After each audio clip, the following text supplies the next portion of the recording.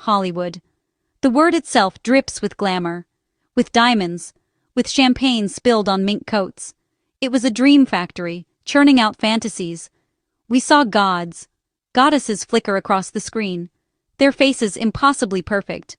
Witty banter. Dramatic kisses. But behind the Klieg lights, a different story unfolded. A story of pain. Of secrets. First, there was Judy. Little Judy Garland. A force of nature crammed into a tiny frame. That voice. Oh, that voice. She was America's little sister, the girl next door from Grand Rapids, Minnesota. The public saw her as Dorothy, the innocent farm girl swept away to a magical land. They saw her as Esther Smith, singing about the boy next door in St. Louis. They saw a wholesome, vibrant, unstoppable talent. They didn't see the pills. Then, Audrey. And finally, Bogey. Judy Garland's story is the quintessential Hollywood tragedy, a cautionary tale written in Benzedrine Seconal. Her illness wasn't a virus or a genetic condition, it was a disease prescribed and cultivated by the very system that made her a star. From her teenage years at MGM, she was caught in a vicious cycle. Studio chief Louis B. Mayer saw her as a cash cow, but a fat little pig with pigtails. To keep her weight down and her energy up for grueling back-to-back film shoots, studio doctors plied her with amphetamines, corseted so tightly she could barely breathe, all while trying to project the wide-eyed innocence of Dorothy Gale. The rainbow she sang of cast a very long, very dark shadow. Behind the scenes of The Wizard of Oz, the pressure on young Judy was immense, a technicolor nightmare disguised as a children's fantasy. For the world, it was a dream. For its 16-year-old star, it was a descent into a carefully managed ordeal. The pressure from MGM was relentless. She wasn't just an actress, she was an asset, a property to be molded and controlled, and the weight of that ownership was crushing. Imagine being 16, strapped into a painful corset to bind your developing chest, and told to be cheerful and childlike for hours on end. The control was absolute. This physical torment was compounded by a studio-mandated diet of black coffee, chicken soup, and 80 cigarettes a day to suppress her appetite. Studio head Louis B. Mayer cruelly referred to her as his little hunchback, a constant, demoralizing reminder that her natural self was unacceptable. The director, Victor Fleming, was notoriously tough, fostering an environment of intense psychological pressure.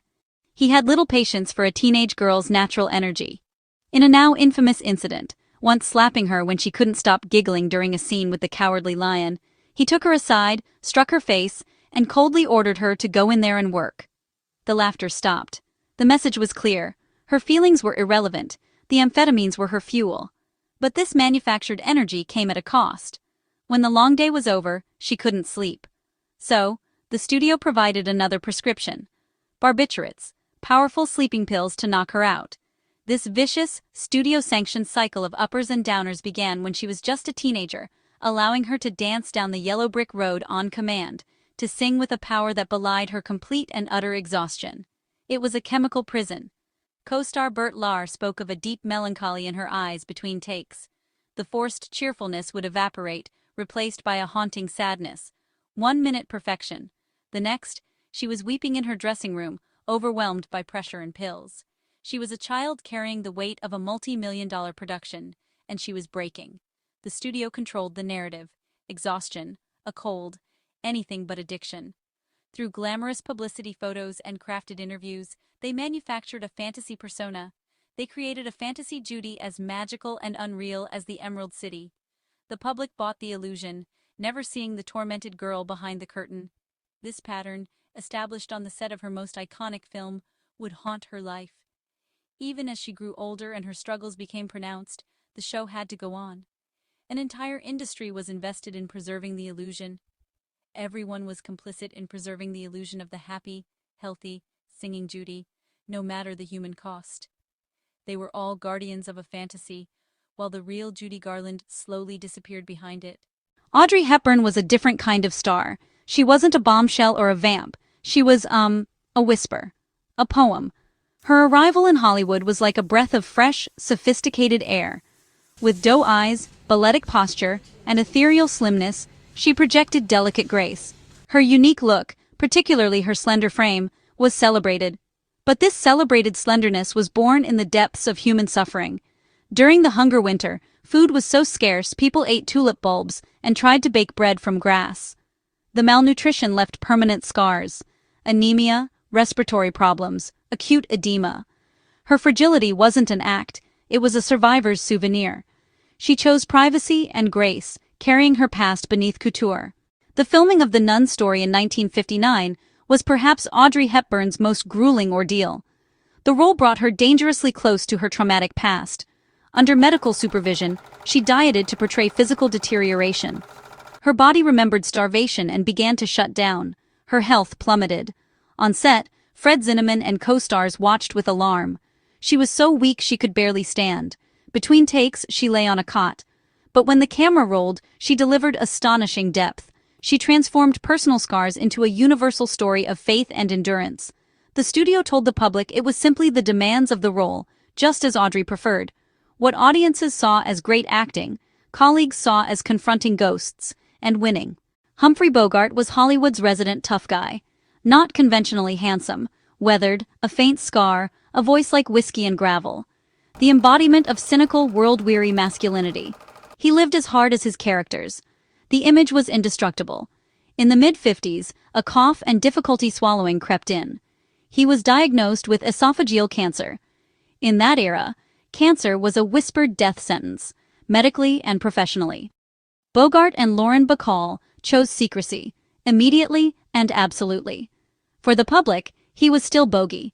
For friends, a guarded truth. He endured a brutal 9.5-hour surgery, esophagus, 2 lymph nodes, and a rib removed. Weight and strength vanished, but the secret held. He still made 2 films, willed through on a liquid diet and pain. The cancer came later, but the hard-living lifestyle was in full swing during the filming of The African Queen. Director John Huston had dragged his company deep into the Belgian Congo, a notoriously grueling location. Malaria, dysentery, heat, insects. The brutal environment felled nearly everyone, including Katharine Hepburn. But not Bogart. He famously credited his survival to drinking whiskey instead of the local water, outlasting the chaos with perverse pride. The film won him his only Oscar, not just for the performance, but as proof of his legendary stamina. Years later, he drew on that toughness for his final enemy, esophageal cancer. A lifetime smoker and drinker, Bogart initially dismissed the diagnosis, believing he could will it away. It was a fight grit alone couldn't win. For his final film, The Harder They Fall, the disease had taken a brutal toll. He weighed barely 80 pounds. Co-stars were privately shocked, horrified by the sight of the frail man who was once a screen titan. Between takes, he had to be propped up, conserving every ounce of energy. His famous gravelly voice, once a cinematic signature, was now a strained, painful whisper. He began flubbing lines, unthinkable for the consummate professional who prided himself on preparation. The man who always knew everyone's lines now struggled to deliver his own. Frustration and shame flickered in his eyes. Each mistake was a public betrayal by his own body, and his gaze offered a quiet apology to the patient crew. His colleagues closed ranks. The director and studio knew the truth, but lied to insurers to keep production going. They built a conspiracy of compassion so he could finish with dignity. His strength was the monumental act of getting dressed and stepping into the light. Each day was a battle just to show up, to endure the work under the hot, unforgiving lamps. On screen, he channeled the pain into his character, a compromised man at the end of his rope. The performance became a haunting reflection of his reality. He gave the performance of his life, playing Humphrey Bogart as the man himself faded away. It was his last defiance against the thief in his body. Finishing the film was a final testament to a spirit that refused to be broken, allowing him to face the final fade-out on his own terms. The stories of Hollywood's golden age, of Judy Garland, Audrey Hepburn, and Humphrey Bogart, are more than just whispers of gossip or footnotes in biographies. When we look closer, past the Klieg lights and red carpets, they become something far more profound. They are parables of the human condition, played out on the most public stage imaginable, where the line between performance and reality was dangerously and often tragically blurred. The silver screen was built to project fantasies. It was a dream factory, and its currency was illusion, reflections, not flesh. The studio system, a powerful and unforgiving machine, demanded perfection. It manufactured stars, but in doing so, it often stripped them of their own humanity. Behind the flawless faces, the witty lines, and the picture-perfect romances were real people grappling with real pain. For Judy Garland, It was a battle with addiction that began in her teens, fueled by studio-prescribed amphetamines to keep her working and barbiturates to make her sleep. The voice that brought joy to millions was born from a private torment. For Audrey Hepburn, the scars of trauma ran deep, stemming from near starvation in the Nazi-occupied Netherlands during World War II, a past that haunted her delicate frame and informed her profound empathy. And for Humphrey Bogart, it was a diagnosis of esophageal cancer, a disease he fought with quiet stoicism while delivering his final, powerful performances. In this era, perfection demanded secrecy.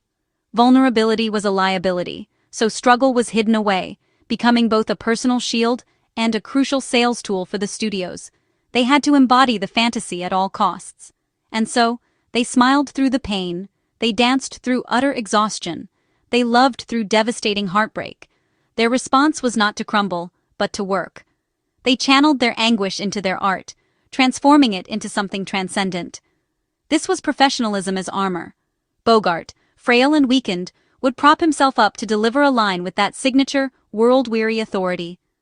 Hepburn would channel her own experience of suffering into a grace that felt almost otherworldly. Garland would step onto a stage, and despite everything, unleash a voice that could shatter and mend a heart in a single note. Their craft became a defiant roar against the silence their suffering demanded. Their true strength wasn't found in public confessions or tearful press conferences. In their time, that wasn't an option. Their strength was in the quiet, relentless act of showing up. It was in the discipline of hitting their marks, learning their lines, and finding the light, day after day. It was in the alchemy of creating breathtaking beauty out of personal despair. When we listen today, we hear it. In Judy's voice, there is not just melody, but a spirit refusing to be silenced. In Audrey's timeless grace, we see a conscious choice of beauty over bitterness. In Bogart's iconic stare, we see a man refusing to be defined or diminished by his disease. Their courage wasn't the absence of flaws, it was the pursuit of flawless work while being profoundly, humanly flawed. They gave us characters that will live forever. But their true, lasting legacy isn't only the roles they played. It's the profound, almost unimaginable human courage they showed when the cameras stopped rolling and no one was supposed to be watching. That is the story that echoes beyond the credits.